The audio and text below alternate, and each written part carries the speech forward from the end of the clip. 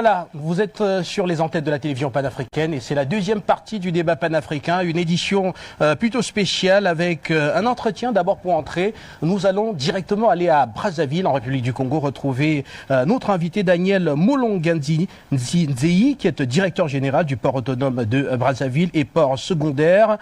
Nous allons avec lui aborder les résultats de cette place portière en 2020, alors qu'on s'inquiétait tout à l'heure par rapport au niveau de trafic, à ce que ce port a été avant. Nous allons nous interroger.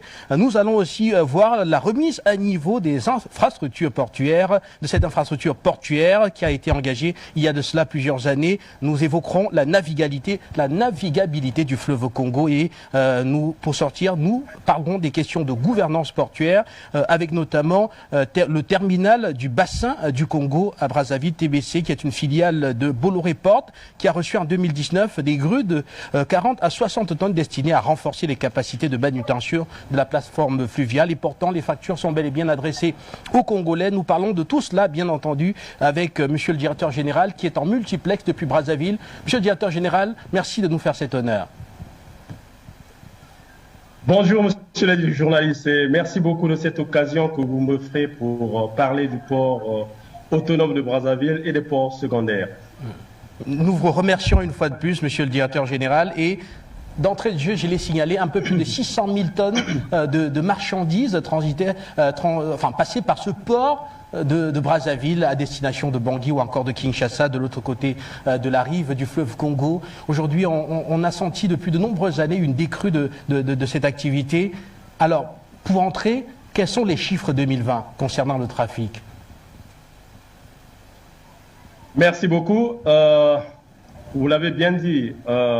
Avant de répondre à votre question, il me paraît utile d'apporter un peu d'éclairage, effectivement.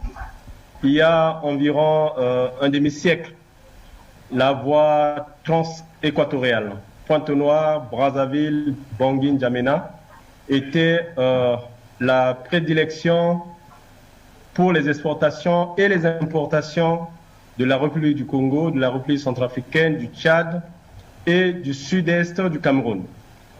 Le trafic du Tchad, de la RCA et du sud-est du Cameroun emprunte aujourd'hui des voies concurrentes à la trans-congolaise. Au début des années 80, on comptait encore plus d'une dizaine d'exploitations forestières, rien que dans la partie septentrionale du Congo. La quasi-totalité de ces exploitations ont disparu. Les quelques-uns qui ont gardé pignon sur rue évacuent plus de 80% de leur production vers les voies concurrentes, notamment par le Cameroun, malgré l'opportunité qu'offrent les voies d'eau pour un transport de masse. Aujourd'hui, nous sommes effectivement à la reconquête du trafic perdu. Ce but ne peut être atteint que par la mise en œuvre des objectifs précis. C'est dans ce cadre que le gouvernement a entrepris, vous l'avez déjà dit, un vaste programme de réhabilitation de la trans-congolaise, en modernisant le port de Pointe-Noire, en avançant des études en vue d'une éventuelle concession du CFCO, la réhabilitation du port de Brazzaville et en mettant en œuvre la convention instituant le bordereau de livraison directe. Il reste encore à faire, notamment la réhabilitation de la flotte publique congolaise. Parce que nous sommes le port, nous gérons les infrastructures portuaires, mais au-delà des infrastructures portuaires, vous convenez avec moi qu'il faut qu'il y ait des unités fluviales, des unités flottantes qui puissent transporter de la marchandise pour faire le trafic. Et nous étions à 600 000, mais aujourd'hui, en 2020, nous sommes à 275 000 tonnes. 279 000 tonnes contre 275 000 en 2019. Vous savez, avec la pandémie à coronavirus qui est intervenue dès mars 2020, effectivement, il y a eu un impact certain sur le trafic. Voilà brièvement ce que je pouvais dire pour cette première question en ce qui concerne la chute du tonnage du trafic sur la trans-équatoriale. Monsieur le directeur général, vous avez évoqué ces chiffres alors que vous aurez pu doubler, voire tripler même d'ailleurs, ces chiffres-là, quand on sait que la République centrafricaine a un trafic d'un peu plus de 200 000 tonnes avec le port autonome de Douala, et quand on sait aussi que du côté que de l'autre côté de la rive du fleuve Congo, à partir de Brazzaville, la croissance démographique congolaise et la croissance également du produit intérieur brut du Congo, normalement vous donnez l'occasion ici d'aller au-delà. De votre point de vue, qu'est-ce qui ne marche pas au-delà des problèmes que vous avez décrits, notamment voilà, ce drainage du fleuve Congo? Bon, ce qui ne marche pas, il y a beaucoup de choses, je pense. Parce que, comme vous le savez, le port de Brazzaville est l'émanation de la scission de la grande agence transcongolaise de communication, l'ATC, qui est intervenu aux environs des années 90 à 99, parce que le port de Brazzaville a été finalement créé en 2000. Et de cette scission, de cette dislocation de l'agence transcongolaise de communication, il y a eu plusieurs entreprises qui y sont nées. Le port de Pointe-Noire, le CFCO et le port autonome de Brazzaville, qui lui-même a été éclaté des transports fluviaux, parce que l'ATC, dans son ensemble, comprenait pour Brazzaville, pour le trafic fluvial, les ports et les transports fluviaux. Aujourd'hui, le port autonome de Brazzaville gère uniquement les infrastructures, comme je le disais précédemment, mais pas, comment dirais-je, pas la flotte. À cela, pour répondre directement à votre question, oui, la RCA a un tonnage important. Oui, la RDC a un tonnage encore plus important. Je vous donnerai un chiffre qui va peut-être vous étonner, parce que nous allons, dans le cadre du NEPAD, dans le cadre de la politique des chefs d'État de l'Afrique, construire un pont road-rail entre Brazzaville et Kinshasa. Et pour cela, il y a eu des études qui ont été effectuées qui font ressortir un besoin en termes de tonnage de consommation du trafic de Kinshasa de 14 millions de tonnes l'année. 14 millions. Je vous disais tout à l'heure que l'année dernière, nous avons fait 279 000 tonnes. Mais la RDC, en lui seul, a un besoin d'environ 14 millions de tonnes. Et on pensait qu'avec la construction du pont route-rail entre les deux villes, ce trafic pourrait être porté entre les deux Congos à environ 5 à 7 millions de tonnes l'année. Vous voyez que, comparé à ce que nous faisions maintenant au niveau du port, il y a un problème. Et le seul problème, à mon avis, nous ne sommes pas assez agressifs en tant qu'entité autonome.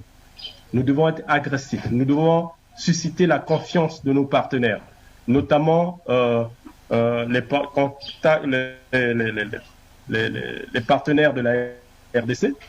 Soi-disant, on a fait un bon chiffre en 2020 malgré la pandémie, simplement parce que nous avons eu du trafic venant de la RDC, le bois de la RDC qui est passé par Brazzaville. Donc, c'est dire, sur les 5 à 7 millions qui pourraient provenir de Brazzaville pour Kinshasa dès que le pont road-rail sera réalisé, si le port autonome de Brazzaville peut à lui seul faire au moins 1 million de tonnes l'année, vous voyez qu'on passerait de 279 000 tonnes à 1 million, ça sera un bond important. Mais pour cela, il faut des actions commerciales. Pour cela, il faut des conditions attractives. Pour cela, il faut que nous soyons des commerçants, que nous sachions vendre. Pour cela, il nous faut avoir des capacités, non seulement techniques, mais les capacités managériales. Donc, je pense, à mon humble avis, et c'est le message que je tente de passer depuis que je suis arrivé, oui, nous avons un potentiel, tant vis-à-vis de la RDC, potentiel de marché, tant vis-à-vis de la RDC que vis-à-vis de la RCA. Et les voies, les modes de transport, le mode de transport fluvial ne doit pas être concurrent du mode de transport routier ou ferroviaire. Nous sommes complémentaires. Partir de Douala jusqu'à Bangui ou partir de Pointe-Noire en utilisant la route lourde jusqu'à Bangui, ça ne doit pas être concurrent du fleuve Congo, mais ça doit être complémentaire parce que les trois modes de transport sont des modes de transport qui appartiennent au pays de la CEMAC, au pays de la CEMAC.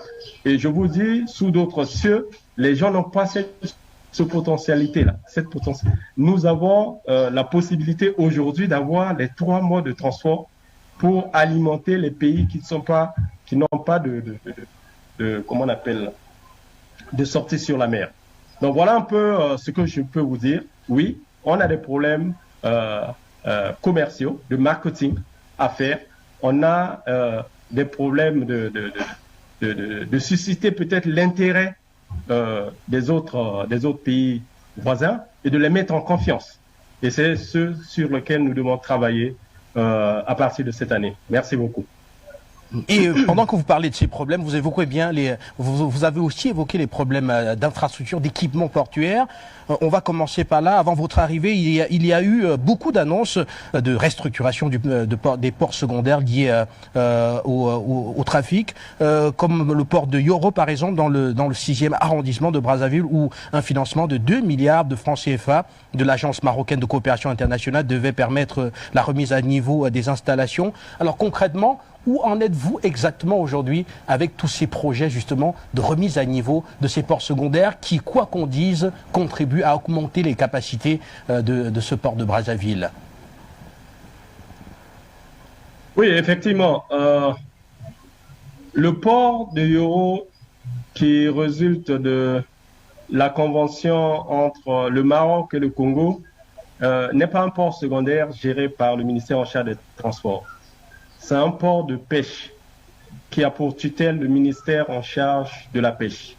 Ces travaux ont bel et bien démarré, mais c'est un port adjacent, le port de Brazzaville, le site du port de Brazzaville.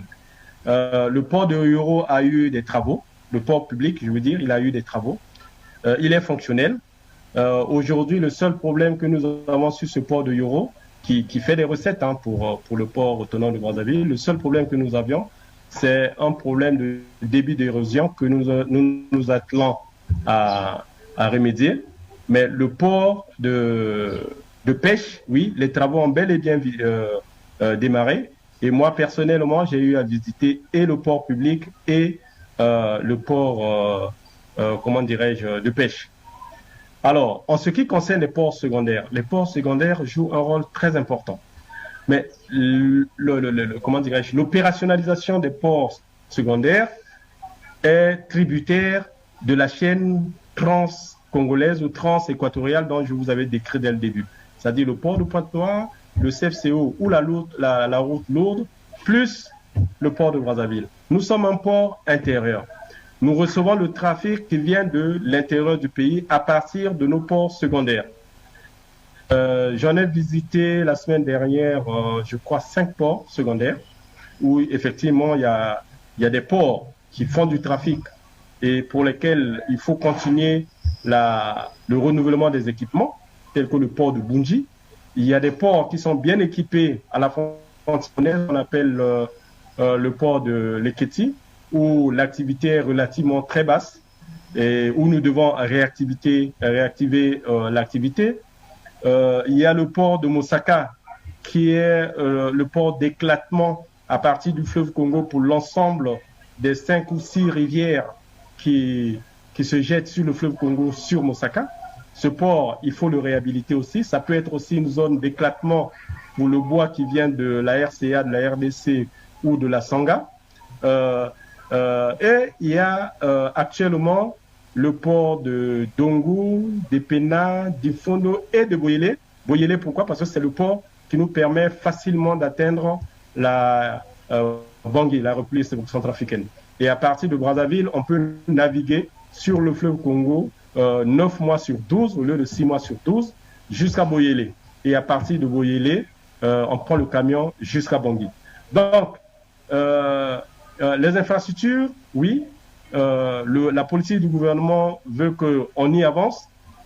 C'est la raison pour laquelle je vous parlais du port de Mosaka qui a un plan d'investissement déjà arrêté et c'est un financement par l'État lui-même mais qui se fait,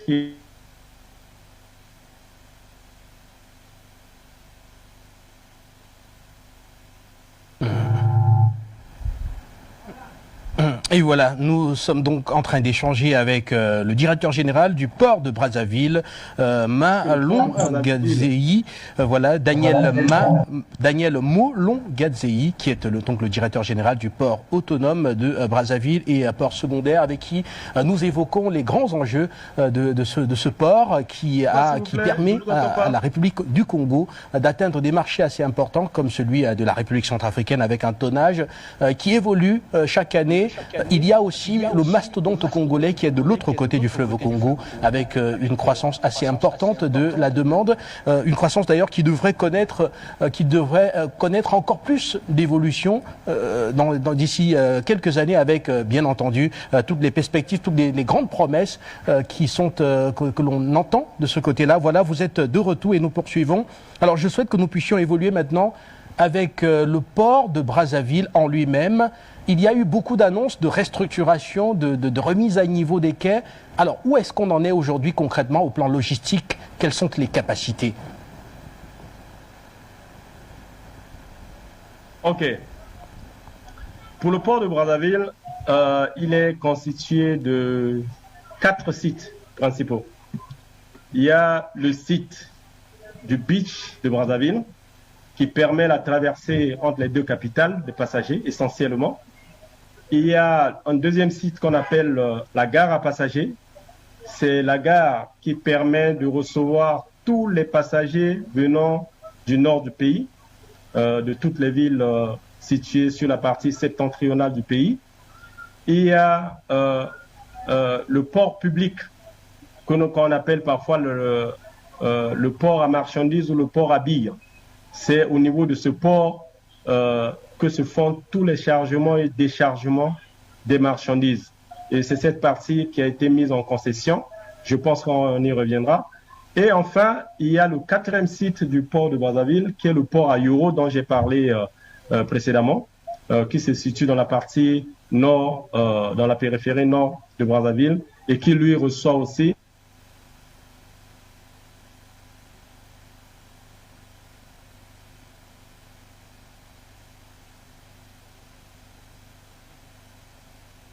dans quelques instants avec de nombreuses interrogations pour tenter de comprendre les grands enjeux de ce port de Brazzaville et comment est-ce que le port compte y faire face. Et rappeler que juste derrière, bien sûr, nous aurons un débat assez important, toujours sur le secteur portuaire en Afrique centrale et en Afrique de l'Ouest aussi également, avec bien entendu des pressions qui auraient permis l'installation d'un certain nombre d'entités tout au long de ce golfe de Guinée. Nous en parlons dans quelques minutes. Le temps pour nous de retourner, donc vous retrouver à Brazzaville, monsieur le directeur général.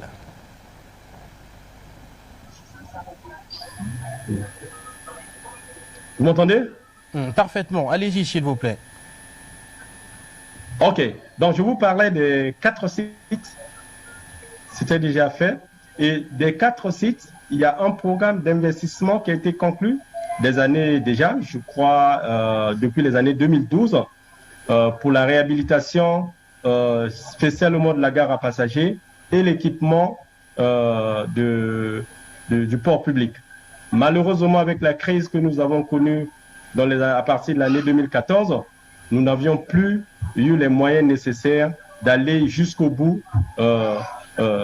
comment dirais-je, de la mise en œuvre de cette politique. Mais aujourd'hui, au moins, je peux vous dire que nous allons réouvrir la gare à passagers grâce à un autofinancement intégré. Le port public, il fonctionne.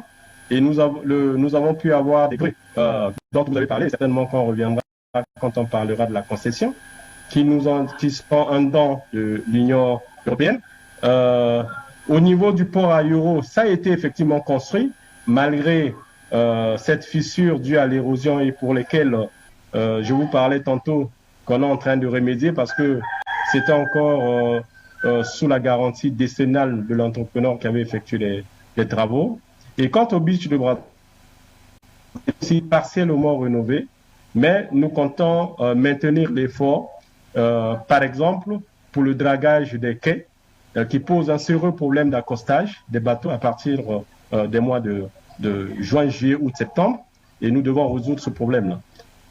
Voilà un peu globalement, si je pouvais résumer le programme d'investissement qui avait été établi et qui existe et qui a connu un début d'exécution. Et malheureusement, du fait de la crise depuis 2014, nous n'avions plus les moyens financiers. Étant entendu, c'est le budget de l'État essentiellement qui finançait ces travaux. En entamant maintenant la deuxième partie de nos échanges, cette fois-ci autour de la navigabilité du fleuve Congo. Monsieur le directeur général, en 2014, le ministre chargé des voies navigables et de l'économie fluviale, Gilbert Mokoki, annonçait que le fleuve Congo doit être utilisé, je cite, comme une autoroute vers le cœur de l'Afrique. Fin de citation. Et l'on regarde la situation du fleuve Congo aujourd'hui et l'on se demande si on s'est tout au moins rapproché de cette annonce qui avait été faite. Bon, la navigabilité sur le fleuve Congo, c'est un problème pendant et pas facile à résoudre.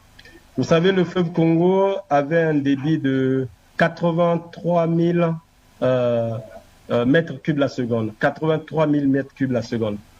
Aujourd'hui, le fleuve Congo est à environ 49 000 mètres cubes par seconde. Et vous voyez, en termes de débit du fleuve, on a beaucoup perdu. Et on a beaucoup perdu. L'ensablement joue un rôle très important. Et sur ce problème, la SICOS, qui est notre structure sous-régionale au niveau de la CEMAC et de la CEAC pour la navigabilité des voies intérieures, travaille dessus. C'est pas un problème où un seul pays peut résoudre. C'est dans son ensemble. Nous avons, entre le Congo et la RCA, un service commun d'entretien de voies navigables. Et ce service œuvre aussi parallèlement à ce que fait la SICOS pour la navigabilité sur le fleuve Congo. Lors de la table ronde des projets de la CEMAC à Paris, ce problème de navigabilité sur le fleuve Congo, qui fait partie du corridor 13, avait été évoqué. Et c'est la CEAC qui est le maître d'ouvrage de ce programme, de ce grand programme. Le corridor 13 inclut la navigabilité sur le fleuve Congo. Et je vous disais tantôt aussi que nous sommes en négociation avec la RCA au sujet du port de Boyélé. Ça permet de relancer la navigabilité sur le fleuve Congo, mais il y a des préalables. Les préalables sont constitués pour l'essentiel par l'entretien des voies navigables du fleuve Congo, qui seront faits essentiellement par le dragage, des points essentiels où l'affranchissement paraît plus important, que nous allons arriver à résoudre partiellement ce problème. Mais au niveau de la table ronde des bailleurs de fonds qui sera organisée à Brazzaville sur le pont Route-Rail, il y a un volet navigabilité sur le fleuve Congo qui sera présenté par la CEAC. Donc, que ce soit la RCA, que ce soit le Congo, que ce soit la RDC, que ce soit le Cameroun, par la Sangha, il y a ce problème de navigabilité sur le fleuve Congo, qui est un grand projet et qui fait partie des projets de la table ronde qui sera organisée, si mes souvenirs sont bons, avant juillet 2021 au sujet de la navigabilité sur le fleuve Congo. Que répondez-vous à ceux qui estiment que le Congo devrait normalement être à l'offensive pour l'entretien justement de ce vaste bassin du fleuve Congo, pour la lutte contre l'ensablement, parce que quoi qu'on dise, ce trafic fait de votre pays un hub. Que répondez-vous à ceux qui estiment qu'il y a quand même un manque d'offensive diplomatique de la part du Congo qui devrait prendre les devants? Non, je pense pas qu'il manque de l'offensive au niveau du Congo. Non, le fleuve, il appartient à plusieurs pays. Vous savez, je vais vous le dire qu'il y a 4000 îles. 4000 îles. Et vous savez que le fleuve Congo, en amont, à quelques 800 km de Brazzaville, il rentre en plein dans la RDC. En plein. Jusqu'à la ville qu'on appelle Kisangani. Mais sur les frontières du Congo et de la RDC, nous avons 800 îles. Ça, c'est les deux frontières sur les 800 km. On a 800 îles. Et ces îles sont peuplées des citoyens des deux Congos. Comme tel, aujourd'hui, il y a une étude qui existe et il y a une demande pressante du Tchad qui voudrait qu'on alimente le lac Tchad à partir. Je venais de lire il y a quelques jours une autre demande parce que vous savez le barrage d'Asson qui est en train d'être construit sur le Nil qui fait un litige, qui fait naître un litige entre l'Égypte, le Soudan et l'Éthiopie. On veut, la dernière nouvelle que j'ai, c'est qu'on veut élargir le Nil à partir des eaux du fleuve Congo. Donc vous voyez, c'est pas seulement le Congo-Brazzaville qui doit se préoccuper, c'est un ensemble. Et nous avons des structures pour le faire. Je vous ai parlé de la CICOS, qui intègre l'ensemble des États de la CEMAC, plus la RDC, et même l'Angola. Nous avons le service d'entretien de voies navigables, notamment le Congo, sur sa rive droite, qui unit le Congo et la RCA, qui met ensemble les efforts du Congo et la RCA. Donc c'est un problème beaucoup plus régional. Le Congo peut prendre le lead, c'est vrai. Mais quand je vous parle du pont Rotorail, le président champion de ce pont Rotorail, c'est le président Denis Sassou Nguesso. Mais dire que quand on va organiser la table ronde sur le pont Rotorail, il y aura aussi le corridor 13 incluant la navigabilité sur le fleuve Congo. Ça veut dire que sur ce plan, on a le leadership. Mais il faudrait qu'ensemble, vous savez, monsieur le journaliste, nous avons une richesse. Ce fleuve, le bassin du fleuve Congo, c'est une richesse que nous ignorons nous-mêmes, nous de la communauté. Et je vous parle en toute connaissance de cause. Donc, il y a des problèmes de leadership politique, mais il y a des problèmes techniques aussi que nous devons résoudre. Nous qui sommes des techniciens, qui devons apporter des options possibles pour résoudre ce problème auprès des politiques.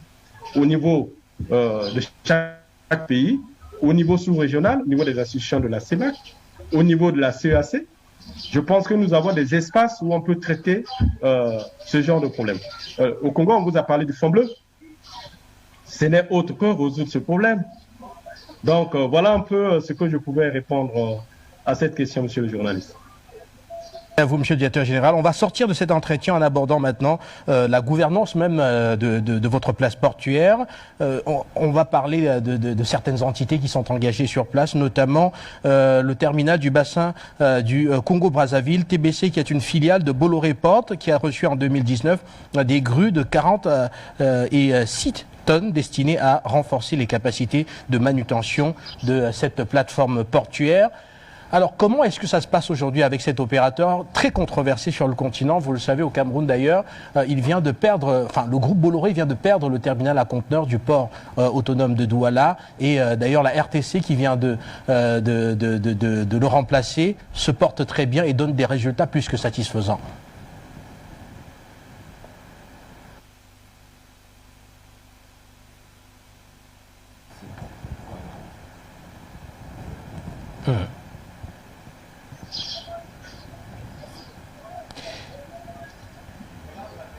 Et voilà, je reprends ma question, monsieur le directeur général. Je précisais tout à l'heure que nous allons aborder maintenant les relations avec un certain nombre d'entités qui opèrent sur la place portuaire du côté de Brazzaville, notamment le terminal du bassin du Congo à Brazzaville, TBC, filiale de Bolloré Port, qui a reçu en 2019 des grues de 40 et 6 tonnes destinées à renforcer les capacités de manutention de votre plateforme fluviale.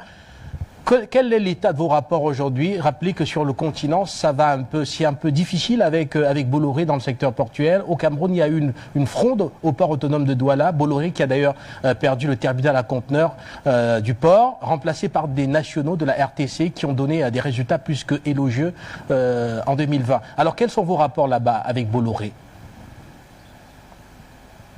Merci beaucoup, monsieur le journaliste. Je dirais d'abord que les 3 grues qui ont été livrées, qui constituent un don de l'Union européenne au gouvernement congolais, sont la propriété du Congo, pas la propriété de Bolloré. La preuve, dans le bilan du port autonome de Brazzaville, ces grues sont inscrites dans l'actif du bilan et financées du côté du passif, ça figure bien dans une subvention d'équipement. Donc les grues ne sont pas à Bolloré. les grues appartiennent à l'entité Port autonome de Brazzaville, qui est la structure gouvernementale habilitée à la gestion de l'espace portuaire. Par contre, le problème que vous soulevez de gouvernance, oui, nous avons un contrat de concession avec TBC, qui est un partenaire privé, qui exploite le parc à conteneurs en lieu et place du port autonome de Brazzaville. Je suis personnellement la situation du port de Douala, que je connais très bien. J'étais directeur général d'intégration, j'étais régulièrement au Cameroun, à Douala et à Yaoundé. Et j'ai des collègues avec qui on échangeait avant que je ne sois en charge du port autonome de Brazzaville. Donc je connais très bien les avancées qui ont eu au niveau de Douala. Mais au niveau du Congo, je pense il faut plutôt se poser la question pourquoi on est arrivé à cette décision de concession du port à conteneurs de Brazzaville. Et je pense, je vous ai évoqué dès le début les origines du port autonome de Brazzaville, qui résulte d'une scission de l'ATC et avec une affectation du personnel sans tenir compte de leur profil par rapport au poste qu'ils allaient occuper. Et le gouvernement, je suis certain, s'est rendu compte que nous allions dans une situation dangereuse et a pris cette décision, qui est une décision politique que je ne peux pas vous justifier ici. Mais cela doit attirer notre attention sur la manière dont nous menons la gouvernance de ces entités. Vous avez dit le port de Douala, aujourd'hui c'est des nationaux, c'est des citoyens camerounais qui ont repris la gestion et avec les résultats, j'ai entendu encore, je crois avant-hier, j'ai lu sur le net des résultats éclatants et qui font réfléchir. Le problème, c'est beaucoup plus dans le contenu des dispositions qui sont prévues dans ces concessions, dans ces contrats de concession.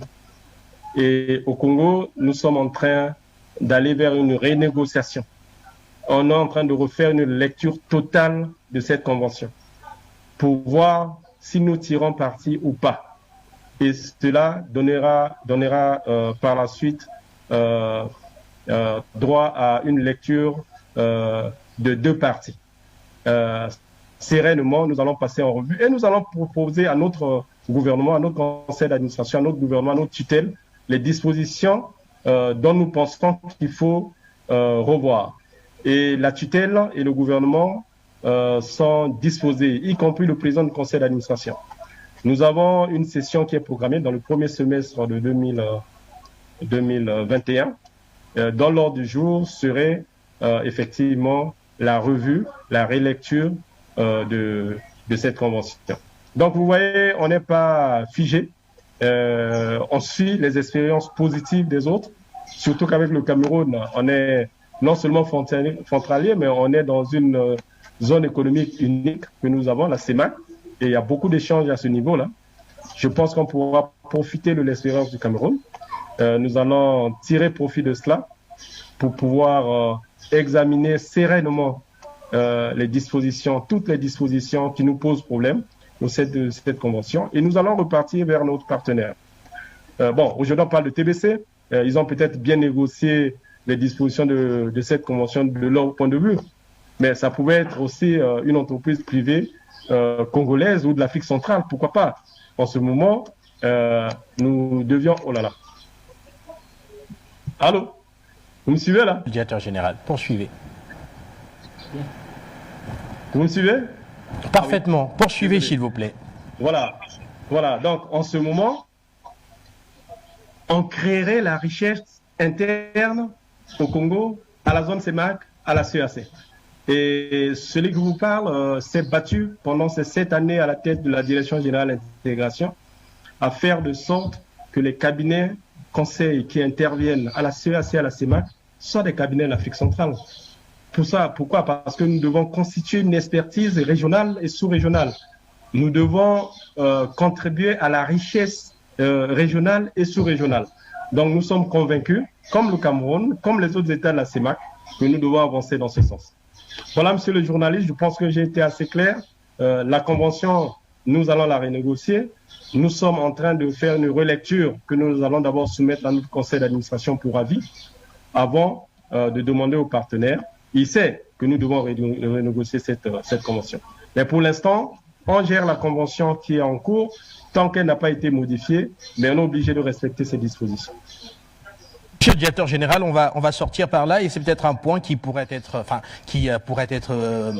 pris en compte prioritairement dans la relecture. Il s'agit de cette utilisation d'installations financées par la République du Congo pour des prestations facturées à des entreprises congolaises ou à des citoyens congolais. Beaucoup trouvent sur les réseaux sociaux avant cette émission que c'est un peu exagéré. On se demande quelle est finalement la contribution même de Bolloré dans la richesse que l'entité crée au quotidien. Quels sont ses investissements? Effectivement, c'est ça le point de discussion. Je ne vais pas vous trahir le secret de management depuis que je suis arrivé. Nous avons eu plusieurs réunions avec certains partenaires qui se plaignaient. Et en présence de Bolloré, nous avons demandé de revoir à la baisse ses tarifs, par exemple. Ça, c'est un secret. Et il a revu à la baisse ses tarifs.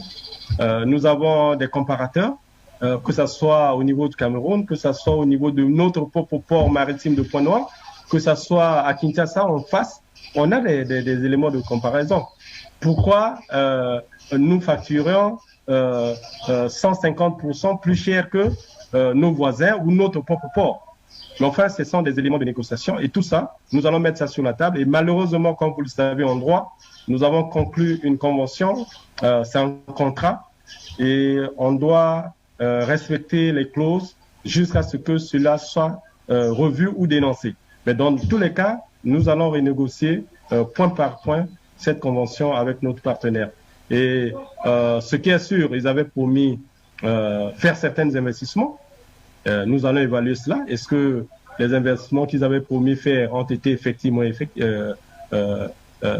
apportés au niveau du port? Ils avaient promis, par exemple, apporter du trafic. Mais est-ce qu'ils ont vraiment apporté le trafic? Et là, les statistiques des années exploitées par le port lui-même et des années exploitées par Bolloré nous donneront des informations nécessaires à la décision. Donc, je pense que c'est un problème, mais on va le résoudre. Et on est déjà dans le processus. À vous, monsieur le directeur général. Nous allons vous quitter à Brazzaville pour retourner justement au débat panafricain tout en vous souhaitant une très très bonne suite. Vous êtes là depuis quelques mois seulement et vous êtes à l'offensive. Merci. Merci beaucoup à vous aussi de m'avoir donné l'opportunité de m'exprimer. Et j'espère qu'on aura l'occasion de se retrouver sur ce même plateau, peut-être un an après, pour essayer de refaire le bilan. Merci beaucoup. Merci à vous et très très bonne suite sur place à Brazzaville, monsieur le directeur général. Et nous revenons